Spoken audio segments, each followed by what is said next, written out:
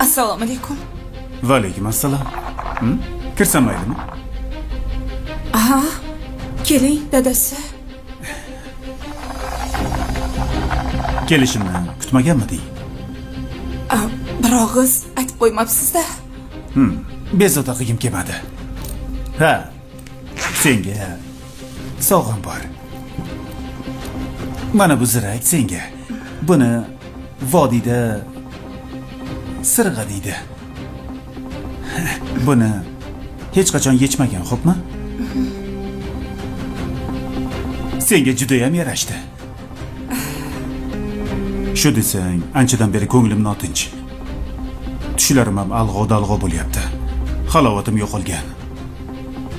Shunga indamasdan kelaverdim.